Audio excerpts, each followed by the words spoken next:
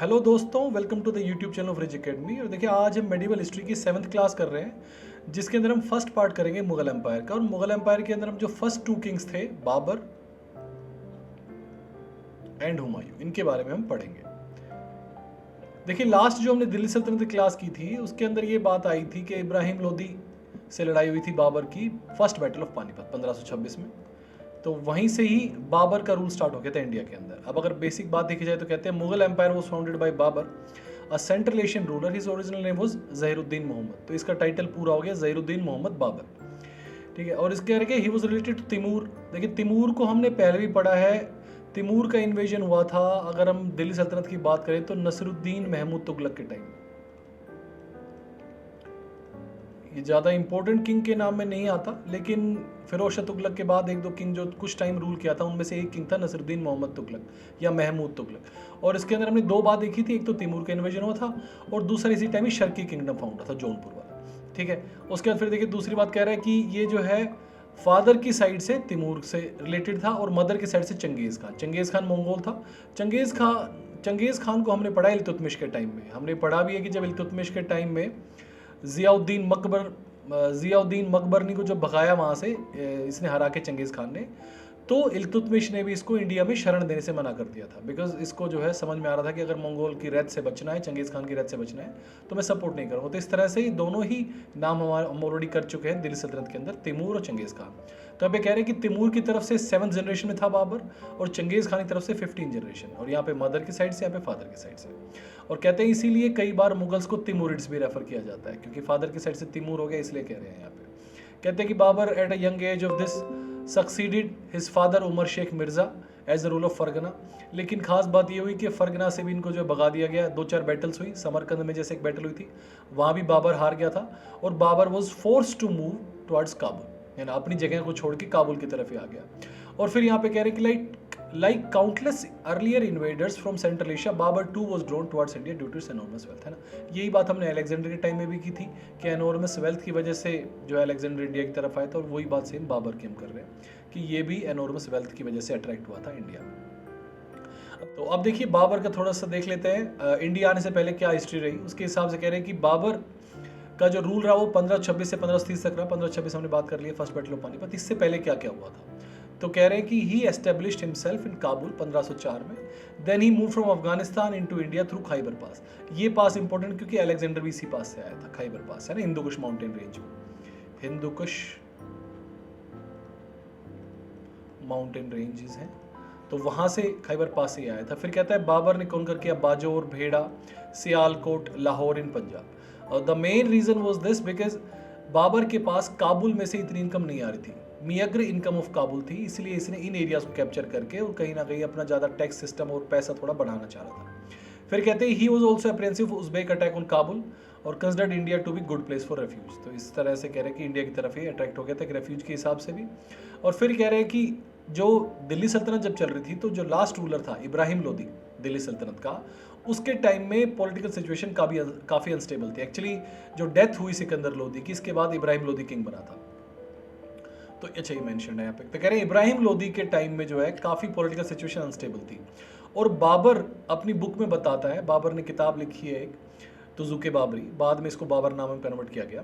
तो यहाँ पे बता रहा है कि बाबर ने अपनी बुक के अंदर कहा है कि मुझे लड़ने के लिए इब्राहिम लोदी के साथ 4 लोगों ने इन्वाइट किया था।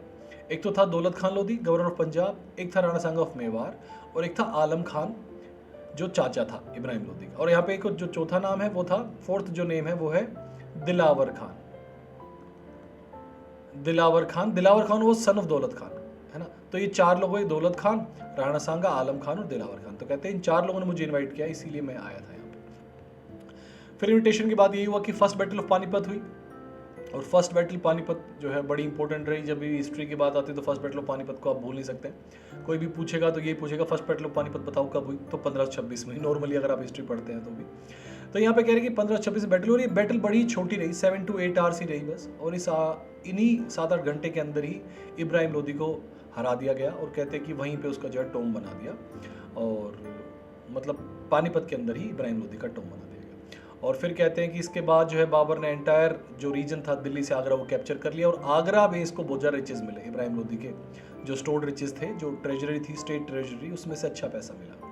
तो क्या यहाँ पे बता रहे हैं कि बाबर की जो आर्मी थी वो बड़ी ही मतलब न्यूमेरिकली इन्फीरियर थी, क्योंकि इब्राहिम लोदी की आर्मी कहते हैं कि 1 लाख लोग थे और इसके में सिर्फ 12,000 थे।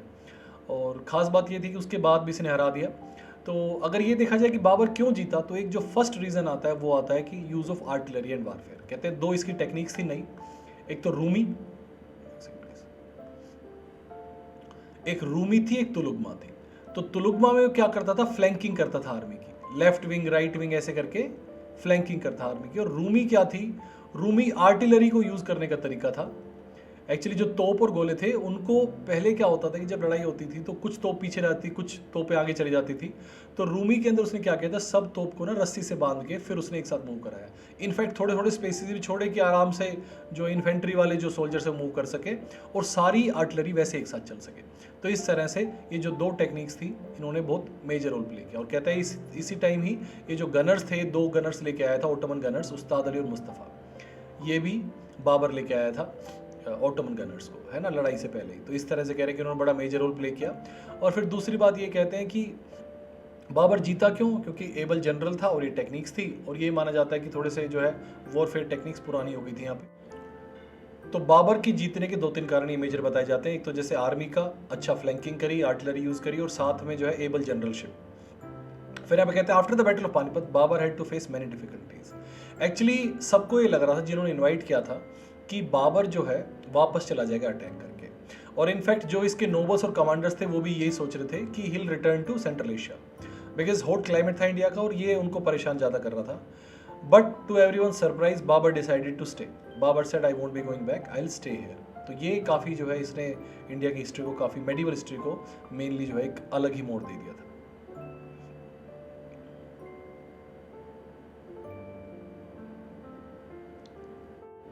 तो देखिए यहाँ पे बोल रहे हैं कि Babur's decision to stay in India completely change the situation. और इस टाइम जो है hostility of Rana Sanga, actual में उल्टा भी रहा, बाबर ने भी राणा सांगा को ब्लेम किया कि राणा सांगा ने मेरे सपोर्ट नहीं किया। हालांकि इसने कहा कि मैं सपोर्ट करूंगा और मुझे बुलाया था, लेकिन राणा सांगा ने मेरी सपोर्ट नहीं की। बट अब देखा जाए तो 7 से 8 घंटे की बैटल, शायद सपोर्ट का टाइम मिला नहीं होगा। बट राणा ये सोच रहा था, राणा सांगा, कि वापस चला जाएगा, वे वापस गया नहीं। और फिर नेक्स्ट जो है इन दोनों के बीच में ही झगड़ा हुआ, मतलब इन दोनों के बीच में बैटल हुई, सॉरी, बाबर और राणा सांगा के बीच में। तो नेक्स्ट बैटल का नाम है battle of Khanwa and this was fought between Babar and Rana Sanga of Mewar. Important battle है, 1527 में हुई थी। और इसमें कहते हैं कि many Afghans including Mahmud Lodi the younger brother of Ibrahim Lodi supported Rana Sanga. Rana Sanga को सपोर्ट किया गया कि किस तरह से इसको भगा दे और वापस महमूद लोदी ही हेड बन जाए, बट ये हो नहीं पाया।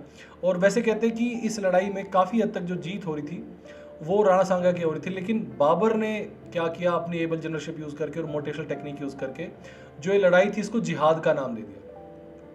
कहते हैं पब्लिकली वाइन जार जो है, पब्लिक के अंदर वाइन जार इसने तोड़ा और इसने कहा कि मैं इसको कभी हाथ नहीं लगाऊंगा और ये जो लड़ाई है जिहाद की लड़ाई, धर्म की लड़ाई है। तो किस तरह से इसने भारी मोटिवेट करके वापस से अपने सोल्जर्स को इकट्ठा करके लड़ाई लड़ी।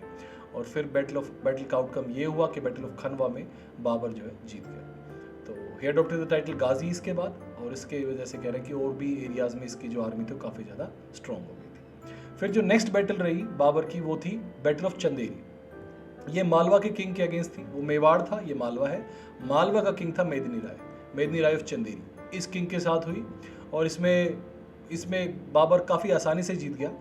Captured with ease and with this defeat the resistance across Rajputana was completely shattered. क्योंकि पहले मेवाड़ कैप्चर कर लिया था राणा सांगा वाला और फिर मालवा भी कैप्चर कर लिया था। तो कह रहे हैं कि जो रेजिस्टेंस अक्रॉस राजपुताना था वो पूरा शैटर हो चुका था, अब कोई रेजिस्टेंस प्रोवाइड नहीं कर रहा था इसको। बट कहते हैं कि अभी अफगान्स की वजह से थोड़ी प्रॉब्लम चल रही थी, तो बाबर को अपने जो प्लान थे फ्यूचर कैंपेन उनको कट शॉर्ट करना पड़ा, क्योंकि ईस्टर्न यूपी और बिहार के अंदर जो है अफगान्स का ग्रेजुअली पावर राइज हो रही थी। इनफैक्ट इसको बाद में हुमायूं को टैकल करना पड़ा, क्योंकि बाबर की डेथ जो हुई थी 1526 से 1530 जल्दी हो गई थी और इस टाइम ये ज़्यादा कंसोलिडेट एम्पायर कर नहीं पाया। वैसे कहते हैं कि first person to enter Delhi was Humayun. कहते हैं हुमायूं आया था सबसे पहले दिल्ली, और हुमायूं ने जो है दिल्ली में एंटर किया फर्स्ट, और साथ में इसने जो है खुतबा रीड करवाया बाबर के नाम का। खुतबा होते हैं जैसे फ्राइडे सरमन्स जो होती हैं, खुतबा KHU। तो फ्राइडे सरमन्स के अंदर जो है किंग का नाम बताया जाता है कि हमारा ऊपर अभी कौन किंग है, हमारे हेड कौन है। तो उसमें फ्राइडे सरमन्स में इसने बाबर का नाम पढ़वाया। ठीक है। फिर यहाँ पे कह रहे बैटल ऑफ घाघर, ये अगेंस्ट अफगान्स थी और Afghans fought under leadership Mahmud Lodi, और यहाँ पे भी were also backed by Nusrat Shah. फिर भी लेकिन इन सब का सपोर्ट होने के बाद भी जो है Babur face the combined forces of Afghan and Nusrat Shah of Bengal, but although Babur ने रिवर क्रॉस करी थी, क्रॉस द रिवर और उसमें अटैक भी किया, लेकिन इन सब की कंबाइंड फोर्सेस को बाबर जो है डिसिसिवली हरा नहीं पाया और he could not win a decisive victory, मतलब क्लियर कट विक्ट्री नहीं हुई। बस इतना हुआ कि जो जहाँ थे वैसे एक तरह से स्टेटस को टाइप मेंटेन हो गया, और उसका कहते हैं 1530 में बाबर की डेथ हो गई। तो इस वजह से जो है एट द एज ऑफ 47 कहते हैं he was on his way to Kabul, और उस टाइम जो है ही डाइड, और उसको पहले आराम बाग आगरा में दफनाया गया था, फिर वहाँ से इसका जो है कॉफिन लेके काबुल में दफना दिया। ठीक है, तो ये बाबर की, और कहते हैं सिग्निफिकेंस इसकी बड़ी मेजर रही, क्योंकि ये देखा गया कि जो नॉर्थ वेस्टर्न पार्ट था स्पेशली, जैसे कुशान एम्पायर के टाइम में जो था काबुल, कंधार, ये सब पहली बार integral parts of Mughal empire बने, एक बड़ा एम्पायर क्रिएट हुआ जिसमें नॉर्थ वेस्टर्न फ्रंटियर भी काफ़ी हद तक इकट्ठा हो गया था। फिर Babur and successors are able to protect India from external invasion for almost 200 years. तो यहाँ पे मुगल्स की बात हो रही कि इनके अलावा फिर कोई और नहीं आ पाया इन्वेड। फिर बात हो रही कि ट्रांस एशियन फॉरेन ट्रेड भी बढ़ गई, है ना, और कह रहे हैं कि कुछ जगह ऐसी थी जैसे काबुल और कंधार, वो अगर चाइना के साथ ट्रेड करनी होती तो इंपॉर्टेंट ट्रेडिंग पोर्ट्स थे वो, तो इसीलिए उस तरह से भी इनका जो है कंट्रोल हो गया ट्रेडिंग पोर्ट पे। जैसे पास्ट में हमने देखा कि कुशान का सिल्क रूट पे कंट्रोल था, तो इस तरह से जब कोई मेजर ट्रेड रूट अगर कोई कंट्रोल करता है तो ही कैन चार्ज, है ना, उसके ऊपर मतलब कुछ फी वगैरह लगा सकते हैं, टोल्स वगैरह लगा सकते हैं, और अच्छी इनकम आती रहती है। तो इस तरह से कह रहे हैं कि इसने 2 एरियाज जो है अच्छे कंट्रोल कर लिए थे। फिर कहते हैं कि बाबर की वजह से क्या हुआ, जो कॉन्फिडेंस थी राजपूत कॉन्फिडेंस वो शटर हो गई, और इसलिए ऑल इंडिया एम्पायर भी एस्टेब्लिश हो पाया। फिर कहते हैं कि नए वॉरफेयर टेक्निक्स आ गई थी, जैसे हमने देखा तुलुगमा और रूमी, गन पाउडर, आर्टिलरी। फिर कह रही he establish the prestige of crown in Delhi. फिर से जैसे फिरोज शाह तुगलक के बाद ऐसे बड़ी क्राउन की जो है वैल्यू नहीं रही थी, लेकिन जब मुगल्स आए तो फिर मुगल्स के जो है किंग की वैल्यू बढ़ती चली गई। और यहाँ पे कहते हैं कि भैया इसने सोल्जर्स को बड़ा अच्छा प्रिपेयर कर रखा था, दो ही वॉज ऑर्थोडॉक्स सुन्नी।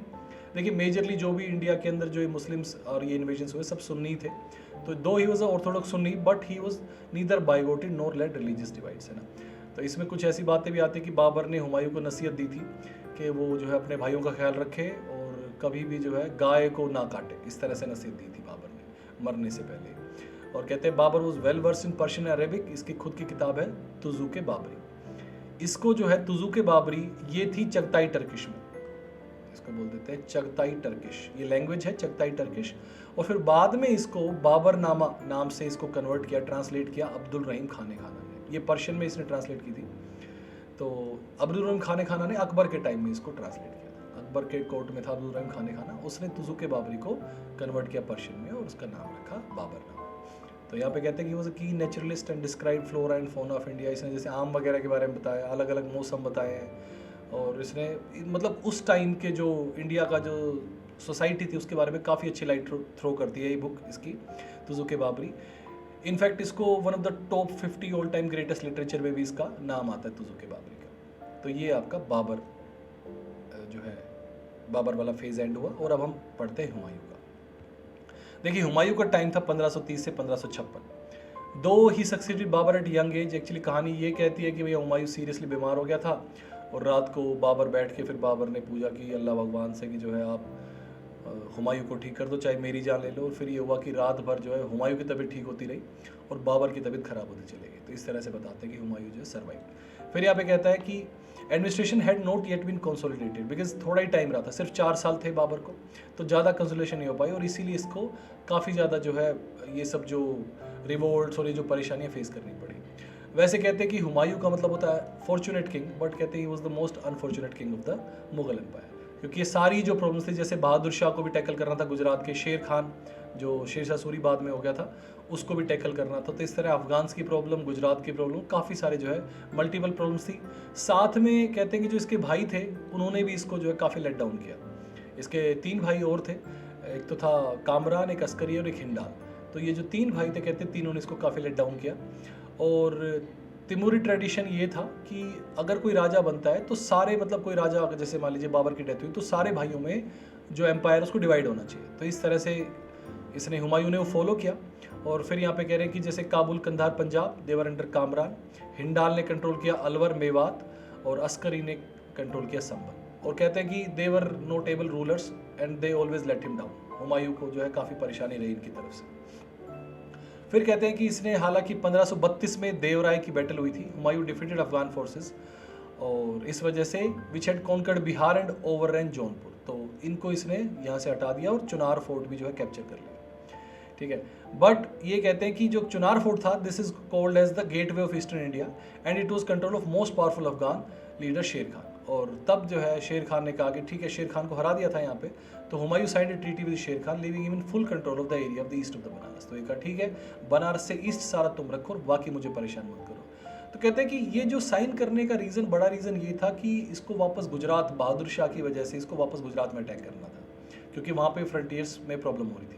तो इस तरह से कहते हैं कि हुमायूं ने जो है इसके साथ ट्रीटी साइन की, चुनार को ही वापस दे दिया शेर खान को, और उधर चला गया गुजरात की तरफ। और फिर marching towards Malwa, Humayun seize Mandu and then storm Champaner. Champaner जो है ये गुजरात वाला चंपानेर और अहमदाबाद को इसने किया। और फिर यहाँ पे कह रहे हैं कि this fail into the hands of Humayun. अब हुमायूं ने जब गुजरात को कैप्चर कर लिया तो इसने अपने भाई अस्करी को दे दिया एंड रिटर्न टू मांडू। अब कहते हैं कि लेकिन अस्करी जो था इनएक्सपीरियंस था, और इससे जो है ये हुआ कि बहादुर शाह की डेथ नहीं हुई थी जो गुजरात वाले थे, तो उसकी पावर काफ़ी जल्दी रिवाइव हुई, rapid revival of Bahadur Shah power. और उसके बाद अस्करी को वहाँ से डर के अस्करी भाग गया और वापस आगरा में जाके पहुँच गया अपने भाई के पास कि साहब नहीं हो रहा मेरे से कंट्रोल, इस तरह से। तो इस तरह से कह रहे हैं कि जो हुमायूं था, he was not able to concentrate all his resources, है ना, क्योंकि उधर से भी लड़ाई होती इधर से भी। तो Humayun could concentrate all his resources in struggle against शेर खान एंड द अफगान्स। कि जो आगरा तो वापस आ गया, लेकिन इससे कम से कम इतना फायदा हो गया, ज़्यादा तो फायदा नहीं निकला, लेकिन कम से कम इतना फायदा हो गया कि बहादुर शाह की पावर अब काफ़ी हद तक जो है इसने काफ़ी ज़्यादा वीक कर दिया था बहादुर शाह को। और अब बहादुर शाह अपने एरिया को लेके बस बैठ गया था कि अब मुझे आगे ज़्यादा कैप्चर करने के जो इनके प्लान्स थे दिल्ली तक टैकल करने के, बहादुर शाह के वो नहीं रहे। और अभी Humayun could concentrate all his resources struggle against शेर खान जो बाद में शेर शाह सूरी, तो उनके साथ जो है ये लड़ाई कर पाया आसानी से। एटलीस्ट ये थोड़ा सा फ़ायदा हो गया, क्योंकि अब जो है बहादुर शाह और ज़्यादा दिल्ली की तरफ बढ़ नहीं रहा था। तो कहते हैं लेकिन अब इस टाइम तक जब शेर खान के साथ ट्रीटी साइन हुई थी तो शेर खान की पावर बढ़ती चली गई। और डिस्पाइट हिज बेस्ट एफर्ट्स कहते हैं कि हुमायूं को अब 6 महीने लगे वही चुनार का फोर्ट कैप्चर करने में, जो बड़ा ईजी था, जिसको gateway to eastern side बोलते हैं। तो कहते हैं कि इस तरह से जो है ये प्रॉब्लम रही। और फिर Sher Khan made an offer to Humayun that he would surrender Bihar and pay an annual tribute of 10 lakh. तो शेर खान ने ऑफर दे दिया हुमायूं को कि वो बिहार को दे देगा और 10 लाख एनुअल ट्रिब्यूट पे करेगा, बट इसको कम से कम बंगाल एरिया को रखने दो। और कहते हैं कि ये जब बात हुई तो Humayun rejected the offer as Bengal was land of gold rich. और इस तरह से कह रहे हैं कि जब ये ऑफर कैंसिल हो गई, शेर खान ने ऑफर दी और ये एक्सेप्ट नहीं की हुमायूं ने, तो फिर इनकी जो है लड़ाई होनी तय ही थी। और फिर जो इनकी लड़ाई हुई, पहली बैटल हुई बैटल ऑफ चौसा। एक्चुअली 2 लड़ाइयाँ हुई इनके अंदर major, battle of Chausa Buxar के अंदर ही, बिहार के अंदर, और इसके अंदर शेर खान डिफीटेड हुमायूं। और कहते हैं कि शेर खान ने हुमायूं को हरा दिया, लेकिन Humayun was able to escape from that area. कहते हैं नदी में गिर गया था, और फिर नदी के अंदर एक जो पानी पिलाने वाले लोग, जैसे जो बिश्ती बोलते हैं इनको, जो लेदर की बोतल के अंदर जैसे वोर और उसमें जो पानी पिलाते हैं, इस तरह की बोतल जो रहती है लेदर की, जिसको ऐसे बांध के रखते हैं यूँ करके, यहाँ से टांग के रखते हैं और पानी पिलाते हैं, उस तरह की बोतल में। तो कह रहे हैं कि जो ये इस तरह के जो बोतल कैरियर वाला था, बिश्ती बोलते हैं इसको, ही हेल्प्ड हुमायूं। तो उसने हुमायूं की हेल्प कर दी। और फिर कहानी ये कहती है कि उसने एक दिन जो है हुमायूं ने उस बिश्ती को, जिसने इसकी जान बचाई थी, उसको राजा ही बना के रखा था, अपने थ्रोन पर बैठाया था। लेकिन फिर नेक्स्ट ईयर ही दोबारा से बैटल ऑफ चौसा 1540 में, और इस बार जो है हुमायूं को ढंग से हरा दिया गया।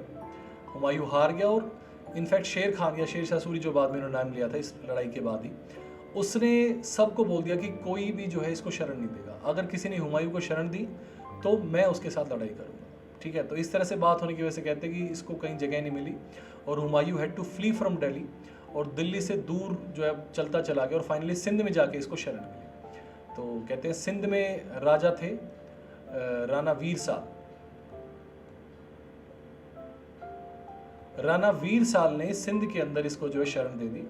और कहते हैं कि जो इसकी वाइफ थी हमीदा बानो बेगम, और उन दोनों से ही ये जो बेटा हुआ था इनका, वो था अकबर का जन्म 1542 में हुआ, 15 अक्टूबर 1542, तो ये अकबर का जन्म हुआ था। और फिर कहते हैं कि इस टाइम फिर जब यहाँ से जन्म होने के बाद, अकबर का जन्म सिंध में ही हुआ था, फिर यहाँ से जो हुमायूं था वो और ज़्यादा ईरान की तरफ चला गया, क्योंकि मेजर जो इनका सेंट्रल एशिया, इनका शुरुआत का रीजन रहा था, बैकग्राउंड मतलब होम टाउन टाइप आप कह सकते हैं, तो ईरान चला गया। और फिर ईरान में जो किंग था शाह तहमस्प,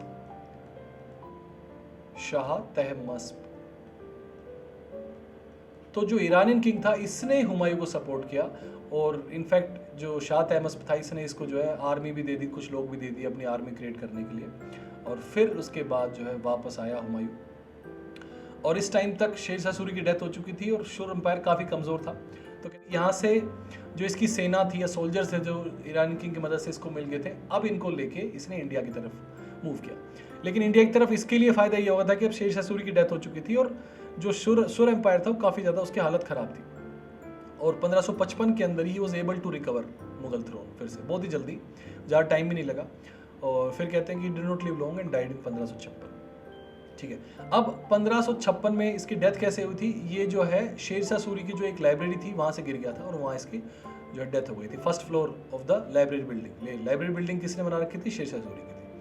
फिर कहते हैं कि इसका जो है his wife Haji Begum built A magnificent mausoleum for him near the fort, और ये दिल्ली में ये हुमायूं का टॉम है, दिल्ली के अंदर ही हुमायूं का टॉम है। फिर कहते हैं कि जो इसका एक रेजेंट था बैराम खान, बैराम खान ने इसको दिल्ली वापस कैप्चर करने के लिए बड़ी हेल्प करी थी, और बैराम खान जो है अकबर का रीजेंट रहा, अकबर को देख रेख इसने की क्योंकि अकबर हुमायूं का बेटा था। और फिर जो है इनकी वजह से ही हम देखते हैं कि 1556 में सेकेंड बैटल ऑफ पानीपत हुई, और सेकेंड बैटल ऑफ पानीपत में this was mainly against Akbar versus, कहते हैं it was mainly against Hemu था बनिया ऑफ रेवाड़ी, तो कहते हैं उसके अगेंस्ट इसकी लड़ाई हुई, और 1556 में सेकंड बैटल ऑफ पानीपत में अकबर जीत गया। एक्चुअली अकबर नहीं, बैराम खान ही जीता था, क्योंकि मेनली बैराम खान संभाल था। He was too young, just से 1542 में जन्म हुआ था और 56 तो 14 ही साल का था, 14 ईयर्स। तो 14 ईयर्स का इसका कोई ज़्यादा रोल नहीं था, बैराम खान का ज़्यादा रोल था, वो भी बड़ी चांस से लड़ाई जीत गए थे। वो हम 1556 के अंदर देखेंगे जब ये आएगा।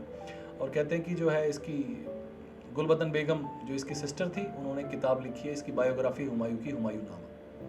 कहते हैं हुमायूं ने नया सिटी भी डेवलप किया था, दीनपना, दिल्ली के अंदर ही बहुत सारे सिटीज़ डेवलप हुए, एक दीनपना सिटी था। तो इस तरह से ये जो पोर्शन है कंप्लीट होता है बाबर हुमायूं का।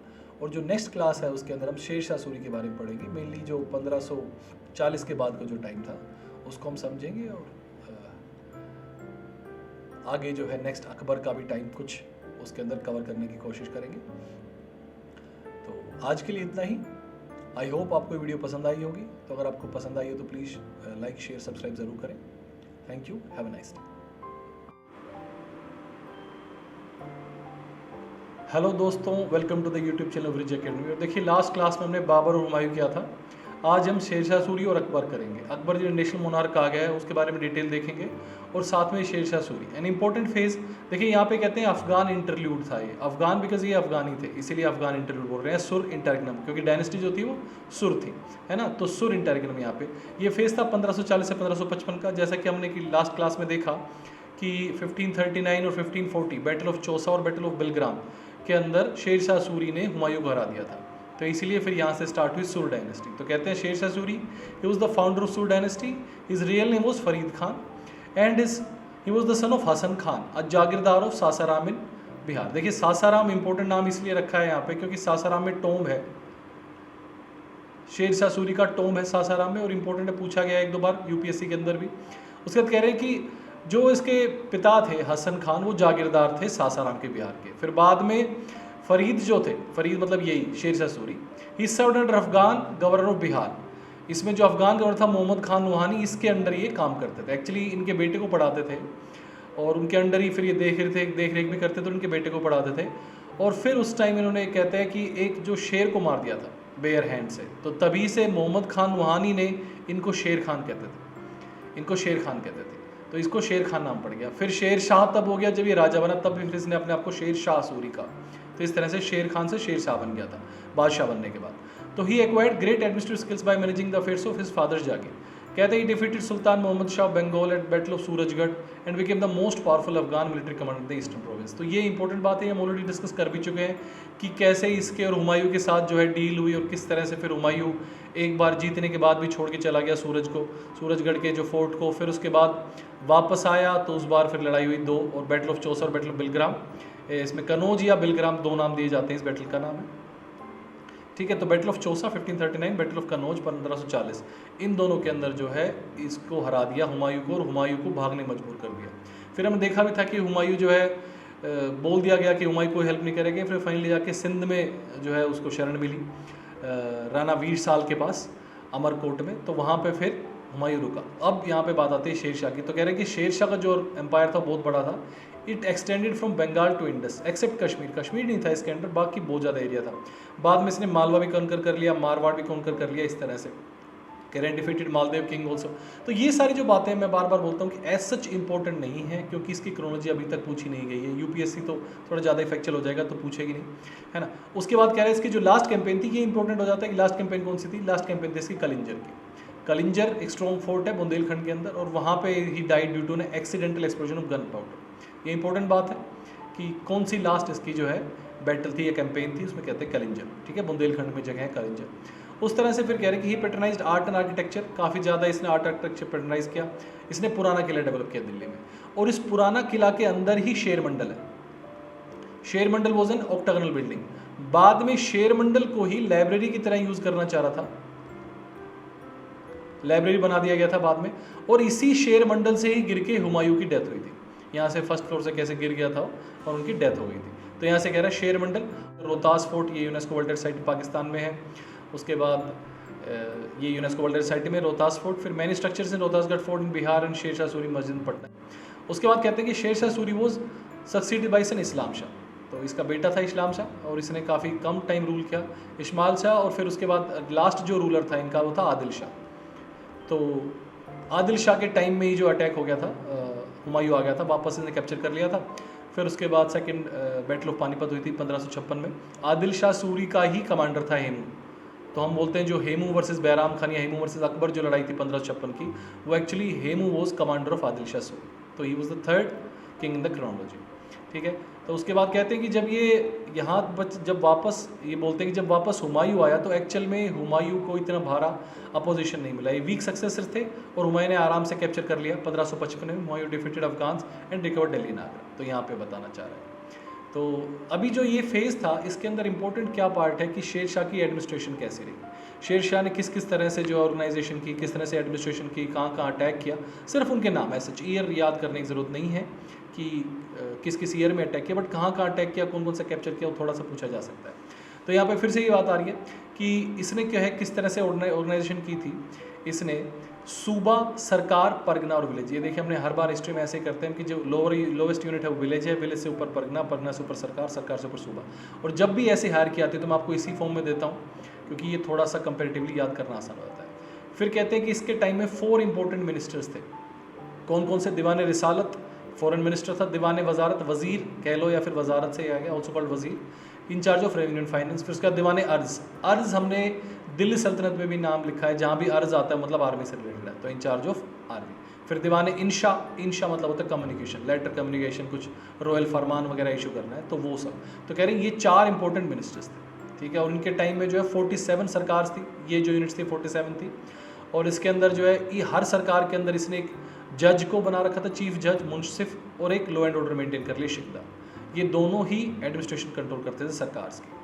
और कहते हैं कि हर सरकार को डिवाइड किया गया था परगना में, और उसके बाद और जो ऑफिसर्स थे उनके नाम है अमील, फौतेदार, शिकदार, कारकुन। ये परगना को कंट्रोल करते थे, ठीक है। ये अलग अलग जो है, अमील लैंड रेवेन्यू देखता था, फौतेदार ट्रेजर था, शिकदार मिलिट्री ऑफिसर था, और कारकुन्स देखते थे अकाउंटेंट। तो ये अकाउंटेंट का नाम ही कारकुन्स है। तो इस तरह से कह रहे हैं कि ये सब परगना की कंट्रोल करते। तो यहाँ पे हमारा सरकार के जो है 2 ऑफिसर्स बताए गए, यहाँ पे हमारे परगना के 2 ऑफिसर्स बताए गए, सॉरी यहाँ पे परगना के कुछ ऑफिसर्स बताए गए। अब देखिए नेक्स्ट विलेज पे कह रहा है कि it was the lowest level, और यहाँ पे जो है काफ़ी ज़्यादा एडमिनिस्ट्रेटिव यूनिट्स को इक्ताज कहा गया है।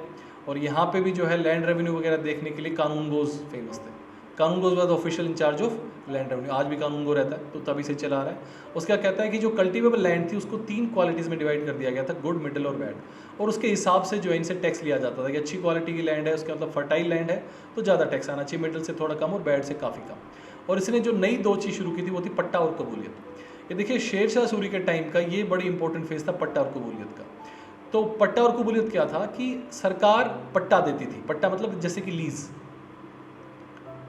तो सरकार बोलती थी ठीक है भैया ये ज़मीन तुम्हारी और तुम्हारे लिए हम ये लीज पे दे रहे हैं, समझो 99 ईयर्स की लीज दे दी। तो 99 ईयर्स के लिए क्या होगा कि जो भी उसका पीजेंट है, जो ओनर है लैंड का, वो डिस्टर्ब नहीं किया जाए, उसको लीज दे दी गई 99 ईयर्स की। लेकिन उसको एक कंडीशन दी जाती है कि तुम्हें कबूलियत भी साइन करना पड़ेगा। कबूलियत वॉज लाइक ओके मैं इतना टैक्स पे करूँगा, तो इस तरह से एक फिक्स टैक्स पेमेंट के लिए कबूलियत रखते थे, और पट्टा जो है ये पट्टा साइन करके ये रखते थे ओनर के पास, लैंड ओनर के पास, और कबूलियत रखा जाता था राजा के पास, मतलब इन द सेंस यहाँ पे जो सुल्तान है इसके पास।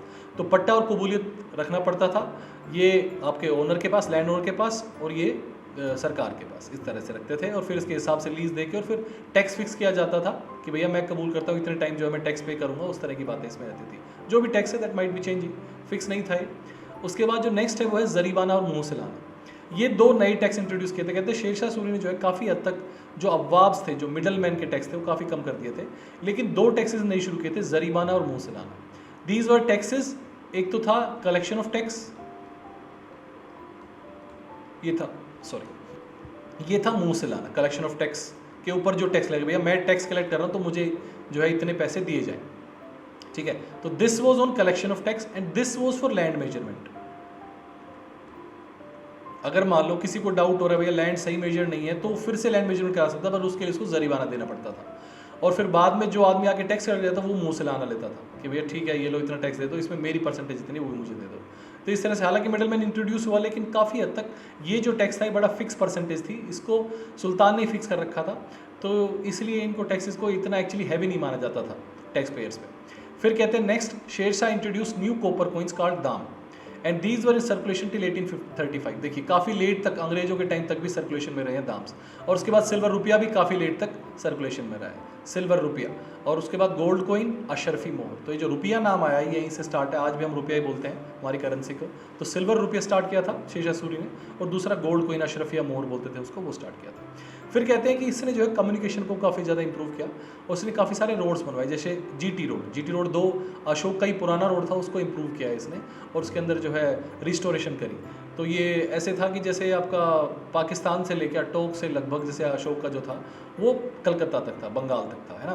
तो लगभग जो यही रोड जो है शेरशाह सूरी ने रिपेयर किया, और इसी को आज की डेट में जीटी रोड बोलते हैं। तो दिल्ली से अगर हम बोलें कि भैया बंगाल तक जो रोड है वो जीटी रोड है। एक्चुअल में इसके अंदर दो पार्ट आते हैं जीटी रोड के अंदर, जो ऊपर कश्मीर की तरफ जाता है, जम्मू की तरफ जाता है, जो अभी पुराना, तो मुझे नया नाम तो याद नहीं है, लेकिन NH1 है पुराना नाम। तो NH1 जो ऊपर जाता है दिल्ली से कश्मीर की तरफ, और इधर से जो जाता है आपका कलकत्ता की तरफ, इंडिया के अंदर, तो ये पार्ट दोनों ही जीटी रोड के हैं। लेकिन पूछा जाता है तो नॉर्मली आंसर ये दिया जाता है कि दिल्ली से ये portion, this is your GT road, Delhi से बंगाल की तरफ। उसका कहता है आगरा टू बुरहानपुर, जोधपुर टू चित्तौड़, और लाहौर टू मुल्तान। ये काफ़ी सारे जो है रोड्स या हाईवेज डेवलप करे थे इसमें। फिर जो इसके टाइम की बड़ी इनोवेटिव सी चीज़ थी वो थी रेस्ट हाउसेज, सराइज बोलते हैं इनको। तो सराइज में इसने क्या किया था, एक्चुअली रोड के ऊपर हर 8 किलोमीटर मतलब 2 कोस के आसपास इसने क्या किया था कि सराय डेवलप करा दी। दीज वर लाइक इन्स, इनको बोलते थे इन, जैसे रेस्ट हाउस टाइप।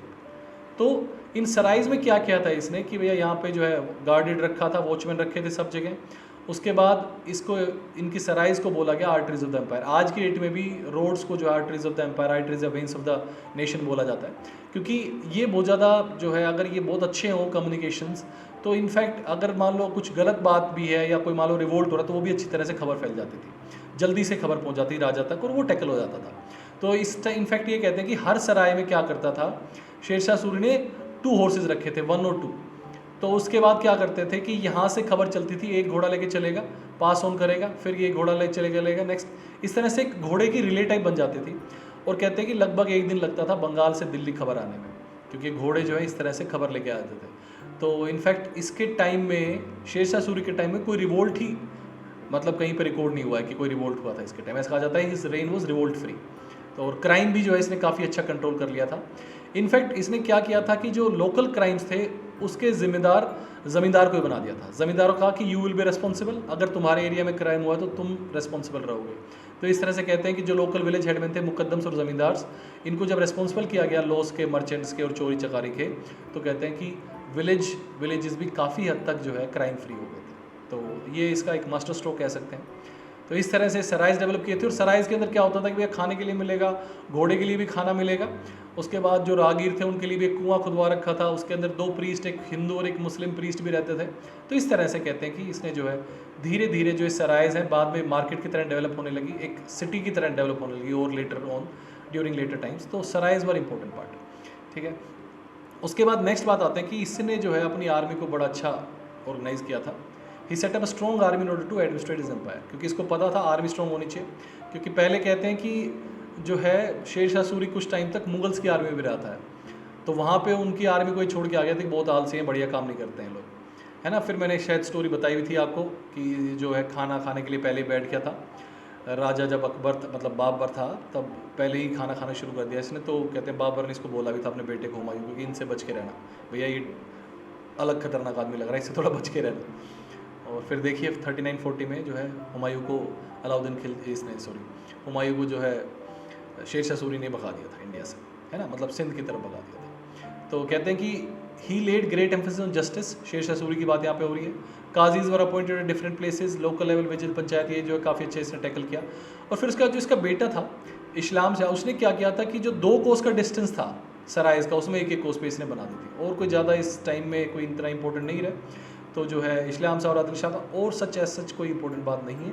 तो ये आपका कंप्लीट होता है सूर डायनेस्टी। उसके बाद नेक्स्ट आता है अकबर।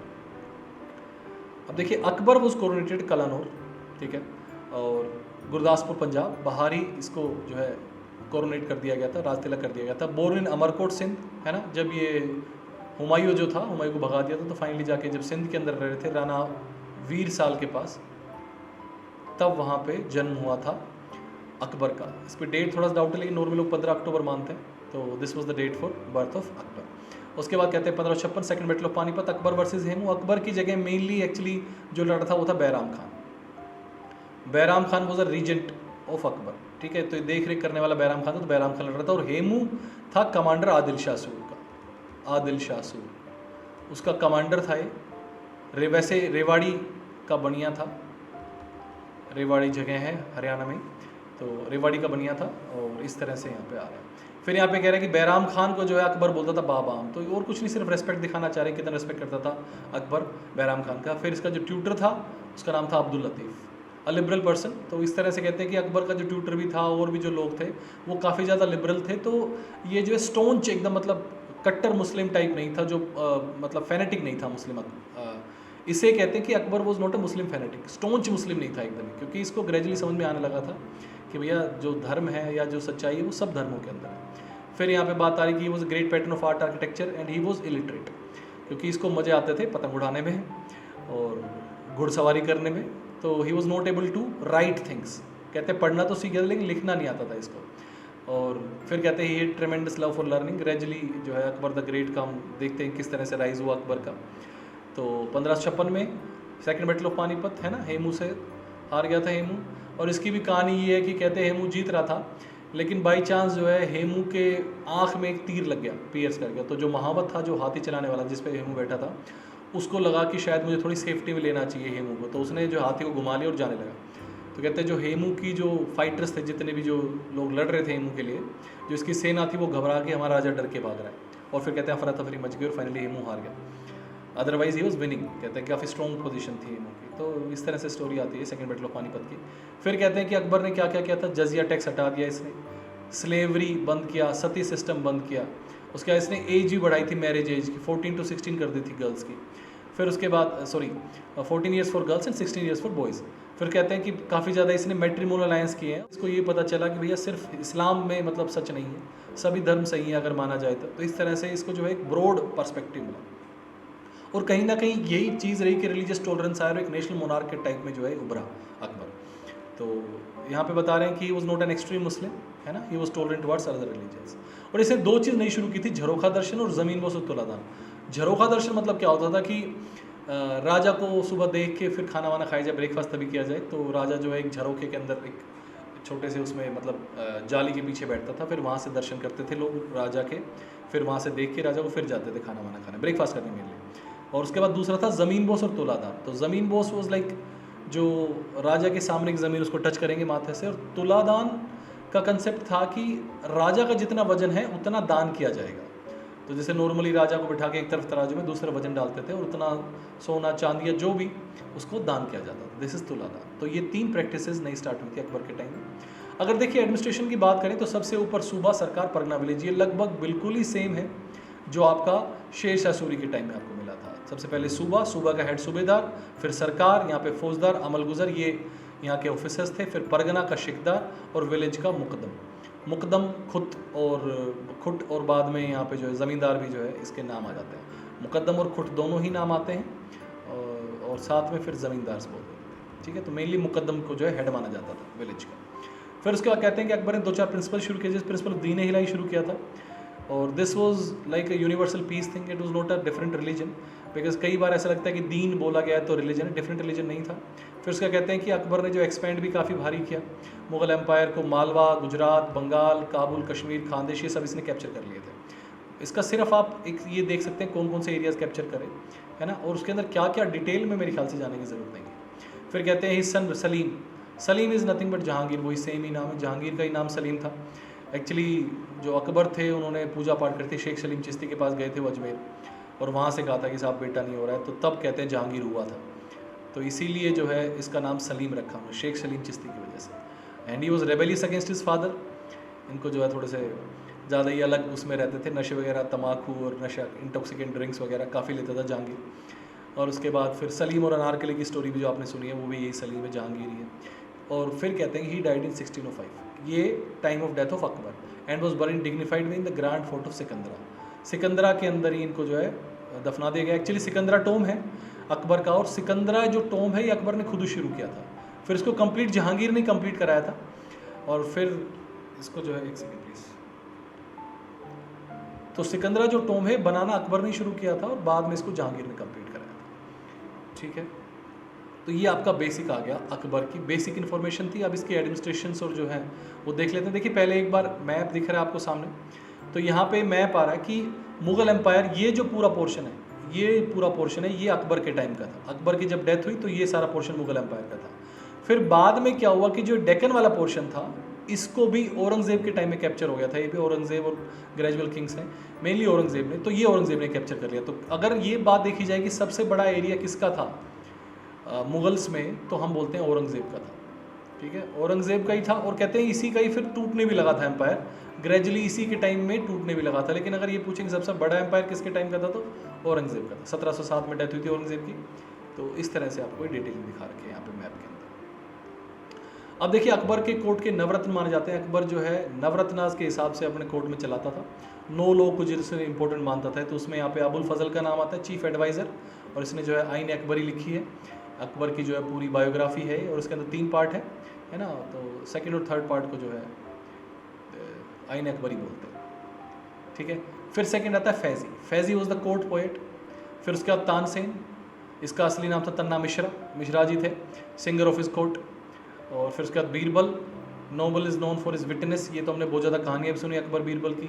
फिर राजा टोडरमल है, राजा टोडरमल थे फाइनेंस मिनिस्टर, और इनका राजा टोडरमल का जो है रेवेन्यू, स्पेशली लैंड रेवेन्यू के अंदर काफ़ी भारी रोल था, क्योंकि इन्होंने जो है राजा टोडरमल ने अरेंज वगैरह किया था किस तरह से लैंड रेवेन्यू कलेक्ट करेंगे, किस तरह से बेटर रहेगा। फिर राजा मान सिंह, नेक्स्ट है राजा मान सिंह। राजा मान Singh structure general, army consultant, और इसी ने ही जो है राजा मान सिंह ने बैटल ऑफ हल्दी घाटी जो है लड़ी थी अकबर के लिए, है ना। कहते हैं कि इस टाइम जो है राजपूत वर स्टैंडिंग, अगर राजपूत मुगल्स की तरफ से भी राजपूत राजा मान सिंह लड़े थे बैटल ऑफ हल्दी घाटी, और 1575 की बात है। और उसके बाद जो है महाराणा प्रताप को इन्होंने हराया था 1575। इंपॉर्टेंट बैटल है 1575 बैटल ऑफ हल्दी घाटी। फिर उसके बाद अब्दुल रहीम खान खानन, हिंदी स्कॉलर थे ये। हकीम हमाम, हकीम हमाम थे इनके फिजिशियन, है ना, डॉक्टर टाइप। मुल्ला दो प्याजा एडवाइज़र थे किंग को। तो इस तरह से ये इनके नवरत्न थे, ये आपको याद होने चाहिए। और इनफैक्ट ये भी याद होने चाहिए इनके क्या काम थे, है ना, इंपॉर्टेंट है। फिर देखिए लैंड रेवेन्यू सिस्टम की बता रहे कि विद द हेल्प ऑफ राजा टोडरमल, हमने देखा भी रेवेन्यू फाइनेंस मिनिस्टर थे राजा टोडरमल, तो इनकी हेल्प से इन्होंने जो है land revenue system fully complete किया था। It was also called as zabti और बंदोबस्त सिस्टम, या दहशाला सिस्टम। दहशाला सिस्टम मतलब सिंपली कि 10 ईयर्स। तो इसमें क्या किया जाता था कि लास्ट 10 ईयर्स का प्रोडक्शन देखा जाता था एक लैंड का, फिर उसके हिसाब से रेवेन्यू फिक्स किया जाता है। लास्ट 10 साल का प्रोडक्शन देखा, रेवेन्यू देखा, उसके हिसाब से ही रेवेन्यू फिक्स किया जाता था। ठीक है, फिर यहाँ पे देखिए कह रहे हैं कि लैंड को डिवाइड किया गया 4 कैटेगरी में, पोलज, प्रोती, छाछर और बंजर। तो पोलज वो लैंड थी जो रेगुलरली कल्टिवेट होती, तो यहाँ से ज़्यादा टैक्स लिया जा सकता था। प्रोती को खाली छोड़ना पड़ता था 2 साल के अंदर, 1 साल इसको खाली छोड़ना पड़ता था। फिर छाछर 3 और 4 ईयर्स, और इनसे बंजर, तो इसको जो है एक बार ग्रो की जाती थी 5 साल के अंदर ही। बंजर वॉज लाइक लीस्ट फर्टाइल, तो इससे लीस्ट टैक्स, है ना। और payment of land revenues mainly in cash. फिर यहाँ पे देखिए 2-3 सिस्टम है इंपॉर्टेंट जो आपको ये पता ही होने चाहिए अकबर के टाइम के, मेंस के अंदर भी क्वेश्चन आ सकता है इसके ऊपर। एक है मनसबदारी सिस्टम, एक सेकंड प्लीज।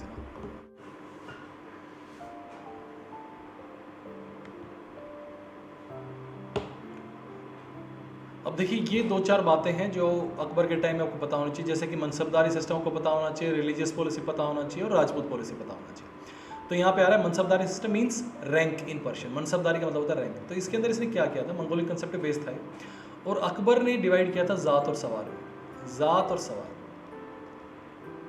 एक्चुअली क्या था कि कई बार ऐसा होता था, अकबर को लगता था कि भैया रैंक हो सकता है किसी के ऊपर हो, लेकिन ज़रूरी नहीं है कि वो उतना अच्छा एबल जनरल भी हो। तो अकबर ने इसको पोर्शन में डिवाइड किया जात और सवार में, और इसमें जात से जो है सैलरी और रैंक पता चलती थी, सैलरी या रैंक बोल सकते हैं जात से, और सवार से पता चलता कितने घुड़सवार और घोड़े मतलब साथ में मेंटेन करने पड़ेंगे उस आदमी को। तो जैसे the rank range between 10 to 5,000, the lowest rank was 10 and the highest rank was 5,000। उसमें क्या होता था, जो इससे ऊपर भी मान लो कोई रॉयल प्रिंस वगैरह उनको और ऊपर देते, लेकिन नॉर्मली 5,000 मैक्सिमम रखी थी अकबर। तो इसके 3 स्टाइल थे। क्या था, जैसे मान लो 5,000 और 5,000, फिर एक था कि 5,000 और सपोज 3,000, फिर एक था कि 5,000 और सपोज 1,000। तो ये क्या डिफरेंस है, ये हो गया बराबर, जात और सवार दोनों बराबर है। मतलब है कि जात उसकी 5,000 मतलब रैंक उसका 5,000 और 5,000 घुड़सवार मेंटेन करने पड़ेंगे। फिर उसके बाद 5,000 ये लेकिन आधे से ऊपर उसको सवार मेंटेन करने पड़ेंगे। फिर 5,000 ये लेकिन आधे से कम मतलब 2,500 से कम 1,000। एक्चुअल में क्या था कि जैसे मान लीजिए ये रैंकिंग है, ये रैंक नॉर्मली जैसे मान लीजिए आपका तानसेन ही था, है ना। तानसेन को अकबर बड़ा पैटर्नाइज करता था, तो तानसेन को रैंक ऊपर दे दी, लेकिन तानसेन को घुड़सवार ज़्यादा मेंटेन करने की जरूरत नहीं थी। तो इस तरह से इसने रैंक ऊपर करके सैलरी यहाँ से जाती थी, लेकिन ये था घुड़सवार मेंटेन। तो अकबर को लगता था उतने एबल जनरल नहीं है, जैसे और भी और अलग अलग काम करते हैं, तो उनको उतने घोड़े मेंटेन करने की जरूरत नहीं है, घोड़े और घुड़सवार। तो इसलिए इसने इसको 2 टाइप में डिवाइड कर दिया, जात और सवार। ठीक है, देखिए यहाँ पे लिखा है zat means personal and it fixes the personal status of a person, whereas sawar indicates the number of troops a person who was required to maintain. तो इस तरह से इसने जात और सवार, है ना। तो कह रहे कम से कम 2 फोर्सेस थे, ज़्यादा अलग अलग थे, और सैलरी जो थी वो इनकी जो मनसबदारी सिस्टम के अंदर जो है जागीर से दी जाती थी, लैंड से, कि लैंड से जो टैक्स आएगा वो आप ले लो इंस्टेड ऑफ कैश। ठीक है ना। All appointments promotion dismissals were directly made by emperor. तो यहाँ पे एम्परर का मेजर रोल बता रहे हैं कि जो अकबर था उसका मेजर रोल था। तो ये मनसबदारी सिस्टम था। फिर उसके बाद नेक्स्ट आता है अकबर्स राजपूत पॉलिसी या अकबर्स रिलेशन विद राजपूत। तो यहाँ पे क्या कह रहे हैं कि Akbar married Rajput princess the daughter of Raja Bharmal, जो फेमस अभी जो है जोधा हो गया नाम, लेकिन वैसे बुक के अंदर आप देखा जाएंगे तो हर का नाम मिलेगा आपको, हर का भाई, अभी जोधा भाई फेमस हो गया। तो इन्होंने इससे शादी की। फिर उसके बाद कहते हैं for 4 generation Rajput served under Mughals and many Rajput serve the position of military officials as well. तो यहाँ पे देखिए मेन बात ये थी कि अकबर ने कुछ स्पेशल पॉलिसीज बनाई थी, और एक बात क्लियर थी कि राजपूत्स वर ब्रेव पीपल। सो अगर अकबर को एक नेशनल मोनार्क टाइप का ड्रीम अगर रियलाइज़ करना था, ज़रूरी था उसको राजपूत का सपोर्ट मिले। तो इसीलिए अकबर ने कुछ स्पेशल पॉलिसीज़ बनाई और ध्यान दिया गया कि भैया जो है राजपूत को परेशान ना किया जाए। किस लेवल से, जैसे देखिए यहाँ पे कह रहा है कि no enslavement of women and children. इसने प्रिजनर्स ऑफ वॉर को जो है रखना बंद कर दिया। कहते हैं कोई प्रिजनर ऑफ वॉर नहीं बनेगा, स्पेशली वुमेन और चिल्ड्रन को आप नहीं पकड़ के लाओगे। दूसरा, इसने जैसे अकबर के जो ये है जो हरका भाई है उनका ये ब्रदर ही था राजा मान सिंह, या जोधा भाई कह सकते हैं। तो अकबर ने चूज़ किया इनके लिए जो है हायर पोजीशन रखी, सीनियर पोजीशन। ऐसा नहीं रखा कि तुम राजपूत हो तुम्हें छोटी पोजीशन देंगे, ऐसा नहीं रखा, इनको हाई पोजीशन रखा गया पूरे। तो फिर यहाँ पे कहते हैं कि हालांकि सिर्फ एक राणाज ऑफ मेवाड़ को कंटिन्यू करते रहे अपोज करना अकबर के टाइम में, काबू में नहीं आया। इसके अंदर जहांगीर का थोड़ा सा इंपॉर्टेंट रोल बताते हैं, बाद में मेवाड़ को जहांगीर के टाइम में थोड़ा सा कंट्रोल कर लिया गया था, लेकिन अकबर के टाइम में कभी कैप्चर नहीं कर पाया अकबर प्रॉपरली। जब भी मेवाड़ को अगर डिफीट भी कर देते तो फिर से उभर के आ जाते थे। ठीक है, उसके बाद फिर यहाँ पे बात आ गई, अच्छा सॉरी मैंने 1575 बोल दिया था। इन 1576 the Mughal army defeated Rana Pratap, है ना, Maharana Pratap in the battle of Haldi Ghati. तो यहाँ पे क्या हुआ था कि अकबर के लिए राजपूत ही लड़ रहे थे, है ना, राजा मान सिंह ही लड़ रहे थे अकबर के लिए। तो इंपॉर्टेंट बात थी। तो फिर यहाँ पे कह रहा है कि इसकी जो है पॉलिसी थोड़ी डिफरेंट थी। इसने क्या किया, एक तो रिलीजियस लिबर्टी दे दी कि भैया जिसका जो धर्म है वो चाहे फॉलो करे, मैं कुछ फोर्स नहीं करूँगा। दूसरा, जैसे मान लीजिए ये जो मिलिट्री जो मैट्रिमोनियल अलायंस भी थे, तो मैट्रिमोनियल अलायंस में भी इसने फोर्स नहीं किया कि तुम्हें भैया ज़बरदस्ती करने ही पड़ेंगे मैट्रिमोनियल अलायंस। दूसरा, अकबर ने ये भी किया कि उनको ना हम वतन जागीर भी दी। हम वतन या वतन जागीर बोल देते हैं कि नॉर्मली क्या होता था कि अकबर ने वतन जागीर के लिए मना कर रखा था कि मान लीजिए कोई आदमी उसी एरिया का है तो उसको वही जागीर लैंड नहीं मिलेगी, लेकिन राजपूत के लिए उसने एक्सेप्शन किया कि उसी एरिया की लैंड देती कि आप वहीं से टैक्स कलेक्ट कर लो। तो ये वतन जागीर भी जो है इंपॉर्टेंट काम था जो अकबर ने किया। इससे क्या हुआ कि राजपूत इसकी तरफ काफ़ी हद तक झुके। फिर उसके बाद में इसने पिलग्रिमेज टैक्स भी हटा दिया था, जजिया भी हटा दिया था। तो ये सब चीज़ें थी जिससे जो है राजपूत के साथ अच्छे रिलेशन रहे अकबर के। फिर जो नेक्स्ट बात आती है वो आती है रिलीजियस पॉलिसी। तो देखिए क्या कह रहा है कि इसकी रिलीजियस पॉलिसी में मेन चीज़ यही थी कि अबॉलिश जजिया, ये सेम बात मिलेगी आपको पिलग्रिमेज टैक्स भी हटाया, रिलीजियस पॉलिसी भी के अंदर भी आप ये बात लिख सकते हैं और राजपूत पॉलिसी के अंदर भी आप ये बात लिख सकते हैं। फिर क्या कह रहे हैं, he freely allowed his Hindu wives to worship their own gods as they wish, है ना। Akbar build house of worship at Fatehpur Sikri, तो ये भी इसने जो है पूजा पाठ के लिए यहाँ पे बनाया था। फिर उसके बाद 1575 में इसने इबादत खाना स्टार्ट किया था। इबादत खाना एक्चुअली क्या था, प्रेयर हॉल था, लेकिन यहाँ पे ये अलग अलग स्कॉलर्स को बुलाता था और डिस्कशन करता था धर्म के बारे में कि किसके कितनी बात सही है। तो ऐसे कहते हैं शुरू में सिर्फ मुस्लिम को बुलाए थे, लेकिन बाद में इसने जो है हर धर्म के स्कॉलर्स को बुलाया गया, like Hinduism, Jainism, Christian, Zoroastrian, सबको बुलाया। जैसे ये देखिए नाम है कुछ फेमस, जैसे पारसी दस्तूर महाराज राणा, महर्जी राणा को बुलाया था। उसके बाद विजय सूरी को बुलाया था, जैन सेंट। फिर उसके बाद पुरुषोत्तम दास हिंदू था और मुस्लिम भी थे साथ में। तो रिलीजियस डिस्कशंस वगैरह करते थे यहाँ पे। कहते हैं कई बार ऐसा भी हुआ कि जो है भैया झगड़ा वगड़ा हो गया, जूते चप्पल भी चले, और फिर फाइनली अकबर ने जो है बंद कर दिया था इबादत खाना। लेकिन इनिशियली इसने ये बड़ी डिस्कशंस करी, और कहते हैं इसकी डिस्कशन से इसको समझ में आया था कि एक अगर मतलब सच्चाई ऐसा नहीं कि सिर्फ एक ही धर्म है, अगर सच है तो सारे धर्म में सच्चाई है, या फिर किसी धर्म में कोई सच्चाई है। तो इस तरह से अकबर जो है काफ़ी लिबरल हो गया था। फिर ये 2 क्रिश्चियंस बता रखे जो सेंट बाय पोर्चुगीज और अकबर रिक्वेस्ट, ये पोर्चुगीज़ ने भेजा था अकबर के कहने पे, अक्वावाई और मोन्सेरेट। तो अकबर के टाइम में आए थे पोर्चुगीज़ के वहाँ से, तो दीज वर पोर्चुगीज़, ठीक है। उसके बाद कहते हैं कि he did not like involvement of Muslim ulemas in political matters. इसको लगता था एडमिनिस्ट्रेशन बड़े परेशान कर रहे हैं इनको, तो इसीलिए इसने जो है महजर इशू किया था। महजर इज इनफैलिबिलिटी डिग्री। एक्चुअली 1579 में इसने कहा कि ऐसा है, अगर जो कुरान की इंटरप्रिटेशन थोड़ा भी डाउट हो गया, कुछ भी कुरान के अंदर इंटरप्रिटेशन करनी है, तो उसका सोल अथॉरिटी मैं रहूँगा। मैं इंटरप्रिटेशन जो चाहूँ कुरान की वो चूज़ कर सकता हूँ, और जो है ये और कोई मुझे परेशान नहीं करेंगे, स्पेशली रिलीजियस उलेमास। तो इस तरह से इसने पलपिट, जामा मस्जिद के पलपिट पे चढ़ के डिक्लेयर किया था कि I am issuing mahzar infallibility degree, और ये बोलती है कि I am entitled to choose any interpretation of holy book Quran, और अगर जो डिफरेंस होगा उलेमास के बीच में तो मैं डिसाइड करूँगा। और देखिए ये क्वेश्चन एक बार पूछा जा चुका है कि who drafted mahzar, that was Sheikh Mubarak. तो ये क्वेश्चन एक बार पूछा जा चुका है, इंपॉर्टेंट है, पता होना चाहिए आप लोगों को। फिर कहते हैं कि इसने नया कंसेप्ट शुरू किया था दीन इलाही का। दीन इलाही मीन्स डिवाइन फेथ, तो है ना, इसमें ऐसा कुछ नहीं था कि आपको लगे कि धर्म है, बस डिवाइन फेथ। और इसके अंदर ये मेनली जो है यूनिवर्सल पीस की याद करता था। सुलहकुल मीन्स यूनिवर्सल पीस, तो यूनिवर्सल पीस के बारे में बात करता अकबर इसके अंदर, और साथ में जो है यूनिवर्सल पीस और इक्वल टॉलरेशन ऑफ रिलीजन्स। तो कह रहे हैं वन गॉड एंड सुलहकुल। तो इस तरह से Akbar constructed temple of Jodha for his own palace in his own palace. तो ये भी बड़ी बात थी, काफ़ी ज़्यादा पूछ, लेकिन फिर उसने कहा कोई बात नहीं, पूजा पाठ के लिए जोधा करेगी पूजा, तो इट्स ओके। तो इस तरह से जो है अकबर की रिलीजियस पॉलिसी काफ़ी डिफरेंट थी। और इसके अंदर ऐसा होता था कि अकबर जो है संडे को रखता था, भैया ठीक है संडे या फ्राइडे कहते कोई एक दिन रखता था फिक्स, और उस दिन जो है अकबर अपनी फ़ोटो देता था और कहता था आप इसको एक्सेप्ट करो दीन इलाही को। तो first person to accept Deen Ilahi was Birbal, है ना। और बीरबल ने कहता है रेडिली कहते ही कहा कि हाँ जी साहब मैं एक्सेप्ट कर लूँगा। बीरबल ने जो है first person to accept Deen Ilahi was Birbal. और इसमें अकबर अपनी एक फ़ोटो देता था बड़ी, उसके ऊपर नीचे लिखा होता था अल्लाह अकबर, मतलब यहाँ पे लगता था कि अल्लाह अकबर ही है, but it means God is great. तो वो अपनी फ़ोटो देता था और फिर कहता था कि भैया आप ये शपथ लो कि आप जो है राजा के लिए अपना तन मन धन और धर्म वर्म सब न्यौछावर करोगे। इस तरह से इसने जो है ये दीन इलाही का इसने स्टार्ट किया था प्रोसीजर, ठीक है। उसका देखिए नेक्स्ट जो छोटा सा पोर्शन है, हालांकि ये अलग से भी आप करना पड़ेगा, आपको इनफैक्ट मोर डिटेल्ड करना पड़ेगा आर्ट आर्किटेक्चर। मैं इसको हल्का ही रखूँगा, लेकिन आप लोगों को आर्ट आर्किटेक्चर काफ़ी ज़्यादा डिटेल पढ़ना पड़ेगा, क्योंकि यूपीएससी और बहुत सारे आजकल एग्जाम्स में जो है आर्ट आर्किटेक्चर काफ़ी डिटेल पूछने लगे। तो यहाँ पे हम बता रहे हैं कि अकबर के टाइम में क्या था, फतेहपुर सीकरी डेवलप की थी अकबर ने। फतेहपुर सीकरी, एक सेकंड प्लीज, है ना, फतेहपुर सीकरी नाम से पता चल रहा है city of victory, Fatehpur Sikri near Agra. और उसके अंदर बहुत सारी मैग्निफिसेंट बिल्डिंग्स हैं। सर्दी का अलग जो है वो है, असेंबली का अलग कमरा है, उसके बाद गर्मियों का अलग बना रखा है। और अगर आपने विजिट किया तो आपने ज़रूर देखा होगा राइट साइड में जैसे कि गर्मियों का था, लेफ्ट साइड में सर्दियों का था, इस तरह से। उसके यहाँ जामा मस्जिद भी है, ठीक है। तो यहाँ पे आप देखेंगे मोस्ट मैग्निफिसेंट जामा मस्जिद है, इसका गेटवे बुलंद दरवाज़ा, हाईएस्ट बिल्डिंग इंडिया के अंदर हाईएस्ट गेटवे है बुलंद दरवाज़ा, 176 फीट है ना।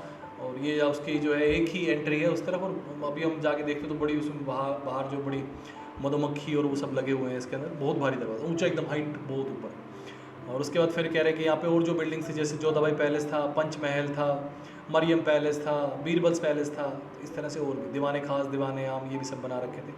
और पंचमहल की बड़ी खास बात ये ऐसे था, मतलब 5 ऐसे हैं नीचे, फिर उसके बाद ऐसे मतलब 5 स्टोरी टाइप बना रखी थी ऐसे करके। ये पंचमहल इस तरह का डिज़ाइन है, वहाँ पे आप देखेंगे तो। और इसके अंदर यहाँ पे ऐसे पिलर्स लगे हुए हैं ऐसे बीच बीच में, और फिर ये ऐसे बना रखा है पंचमहल, 5 स्टोरीज टाइप है ना। तो ये है पंचमहल। और वहाँ पे आपको और क्या दिखेगा, और आपको शेख सलीम चिश्ती की दरगाह मिलेगी वहाँ पे। तो वो ओनली जो कि मार्बल में है, मार्बल वर्क है, बाकी सब जो है ये रेड सैंडस्टोन से बनी हुई है। लेकिन जो शेख सलीम चिश्ती की जो दरगाह है वो मार्बल से बनी हुई है। इनफैक्ट इसके अंदर जो है जाली वाला जो काम था मार्बल का, वो जहांगीर ने ऐड कराया था। फिर कहते हैं ही बिल्ट इज ओन टॉम, ये हम पहले बात कर चुके हैं कि इन्होंने खुद अपना टॉम शुरू किया था सिकंदरा में, बाद में इसको कंप्लीट किया था जहांगीर ने। और उन्होंने एक टेम्पल ही बनाया, गोविंद देव का टेम्पल वृंदावन के अंदर, ठीक है। फिर यहाँ पे कह रहे हैं कि भाई पेंटर्स भी इंपॉर्टेंट थे, जहांगीर महल भी बनवाया इन्होंने। हुमायूं पेंटर्स, हुमायूं के टाइम में जो 2 पेंटर्स थे, अबू समद और मीर सैयद अली। एक्चुअली क्वेश्चन आ चुका है कि पेंटर्स के हिसाब से क्वेश्चन आ चुका है, शायद HCS में क्वेश्चन आया था लास्ट ईयर ही, कि ये पेंटर्स किसके टाइम के थे। शायद वो अकबर वाले पूछे थे, अकबर के, तो बांसवान और दासवंत शायद पूछा हुआ था कि किसके टाइम के थे। तो दोज वर ड्यूरिंग अकबर, है ना। एक सेकंड प्लीज, है ना। ये देखिए यहाँ पे मेंशन्ड है अकबर के टाइम के बांसवान और दासवंत, शायद ये पूछा हुआ है, ये या ये इनमें से कोई पूछा था अभी HCS के अंदर लास्ट ईयर। तो क्वेश्चन आते रहते हैं। उसका कह रहा है Akbar commission the illustration of several literary and religious text. इसने काफ़ी जगह जो इनकी ट्रांसलेशन भी कराई, इलस्ट्रेशन भी कराई।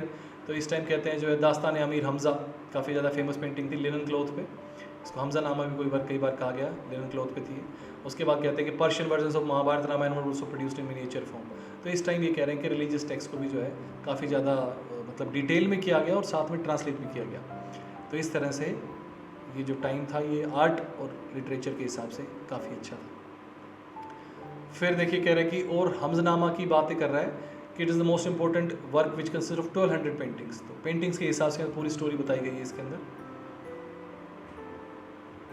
ठीक है। उसके बाद फिर नेक्स्ट आ रहा है अकबर पैटर्नाइज तानसेन ऑफ ग्वालियर, है ना। तानसेन हमने देखा था नवरत्न में से एक था। और तानसेन को कहते हैं कि राग मल्हार और राग दीपक आते थे, मेघ मल्हार और दीपक। तो मेघ मल्हार से बारिश करवाते था और दीपक से कहते थे कि फायर, है ना, दीपक जल उठते थे। तो ये 2 राग कहते हैं तानसेन को आते थे, और भी बहुत सारे राग इन्होंने कंपोज करे। फिर उसके बाद जो नेक्स्ट बात आती है,